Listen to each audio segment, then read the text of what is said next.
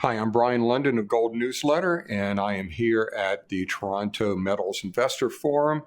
I have the great pleasure of talking with Karwowska of Newcore Gold, a company that I've been following for quite a while. And Mal, Newcore, I think, is exemplary of a situation that we have in this market where companies that have identified really good resources, large resources, and in some cases, and in your case specifically, have really good economics wrapped around that. So the market has a good idea of what this is worth right now.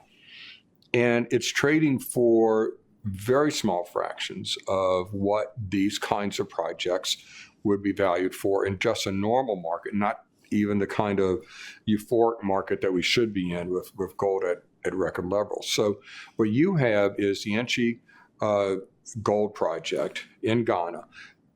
And for me to sum up for our audience here, we have a project that is very large, has astounding economics at a base case metals price, eye-popping economics at current metals prices, yet there's so much more to it. So a long way of saying you've got tremendous value, so your risk is mitigated with Newcore, but there's just tremendous exploration potential. So you get that other half of the equation that's really exciting.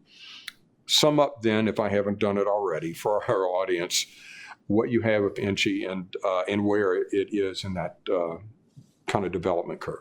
Yeah, and thank you, Brien, for having us on. It's been a great conference so far. Yeah. So our Enchi Gold project is in Ghana. It's on a prolific gold belt. And importantly, to your point, we have a lot of optionality. Yeah. So we have a project that has defined economics on it. We put out a PEA mid last year to find the potential for an open pit heap leach mine with, as you mentioned, very robust economics.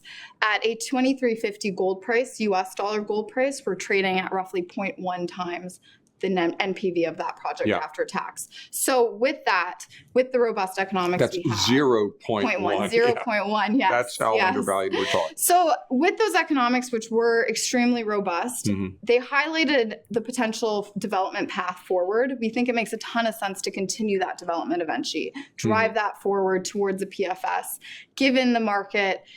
You know, the market does tend to prefer later stage development assets in terms of that value re-rate. We think that as we advance the project, we should see a market valuation that better reflects the value defined in those economics. So at a $23.50 gold price, the NPV of the project is roughly US $630 million. That compares to our market cap today of US $65 million. Yeah, and the CapEx, the projected CapEx seems really low to me.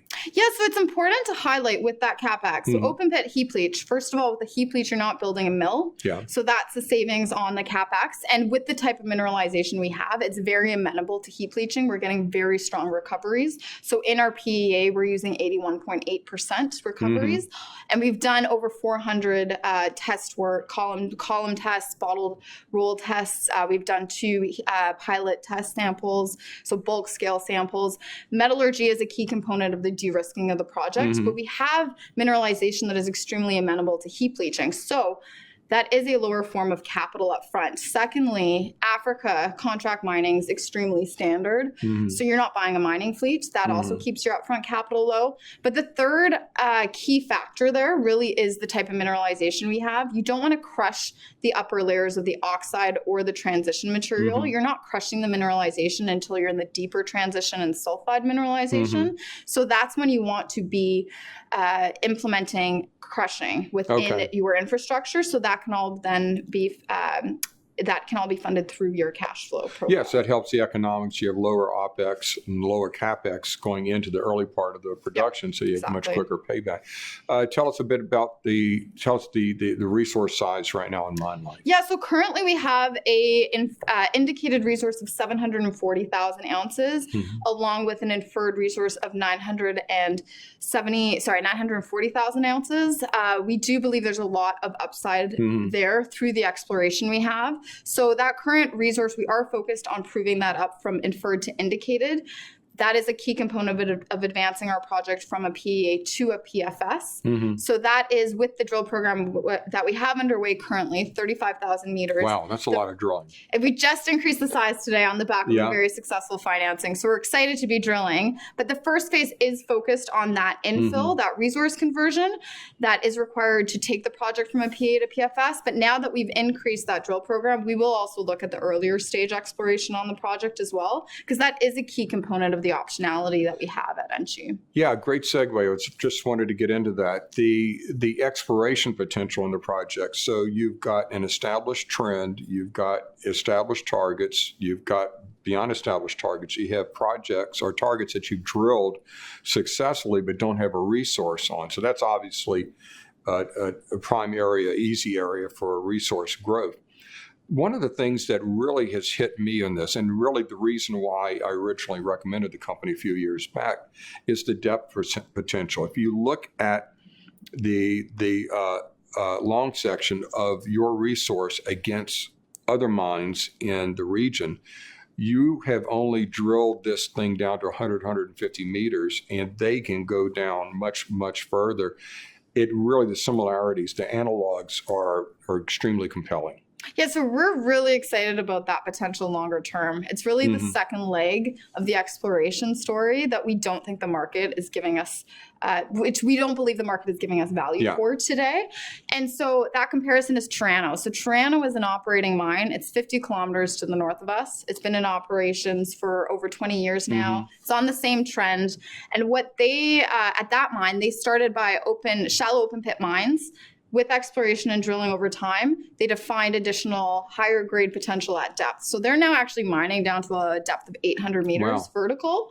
So we have started to tap into these types of higher grade feeder zones. They do exist on our property. The drilling we've done at NIAM to date, that's where we've done the deepest drilling. And even by deep, I mean 150 to 300 meters vertical. You know, we don't have very much that goes below 200, 200 meters vertical, but we're starting to see those types of grades, the 6 gram per ton plus, and we're starting to see clearly define these higher grade shoots.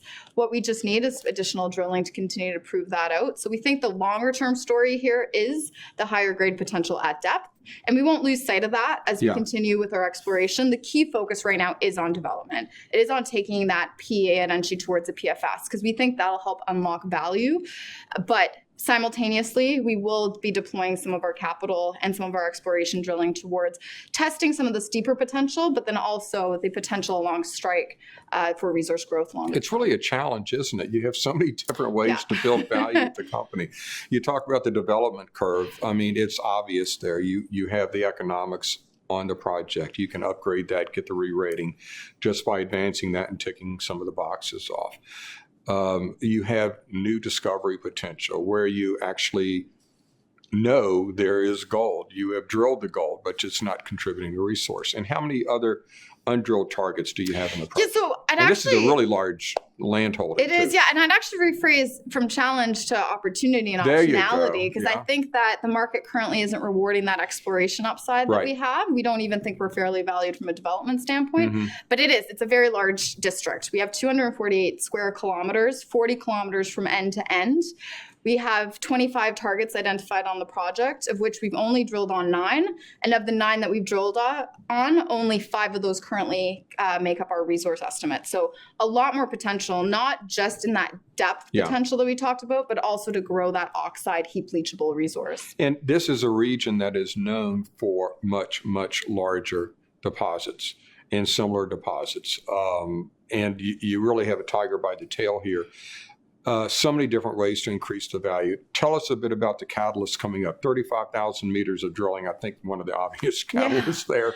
Yeah, so it's been a really busy week. So we just closed a $15 million financing that was very well supported by institutional investors, both new and existing. Smart money coming in and recognizing long-term value-focused funds that understand the potential, and they also understand the success that the team has had historically. This group, the founders behind Newcore, were also founders behind Newmarket that sold to Kirkland Lake, and now more recently Calibre, which we just saw them transact earlier this week. They're merging with Equinox Gold. So this is a group with a track record. It's also one that's aligned with its shareholders. So 15% of the equity is held by management and board. So it's been a busy week.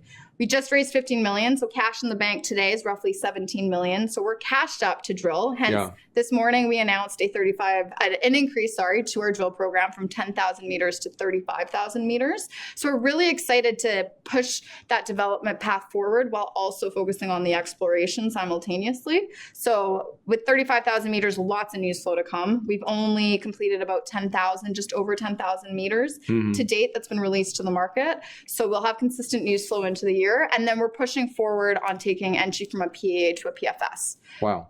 So the plan there is, with the drilling we're completing, we'll need to convert our inferred ounces to indicated, at which point that, alongside with some metallurgical test work, hydrological, geotechnical work that needs to be done, will push go on a PFS study later this year with a target of having that completed by H1 That's of next year. That's a lot of inferred ounces. So your indicated will grow significantly.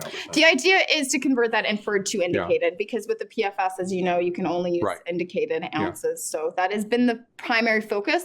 The one thing I will note, though, with the drilling that we have completed, which is in notion infill drilling to date, we are actually seeing very good potential for resource growth. Coming outside the pit. Exactly. A lot of those holes are ending in mineralization outside of the limits of our current pit constrained resource. And I was really impressed by the grade of some of those intersections that's actually falling out of the pit. Yeah, we continue to see higher grade intervals. So, that longer term potential for the high grade is absolutely prevalent on the property.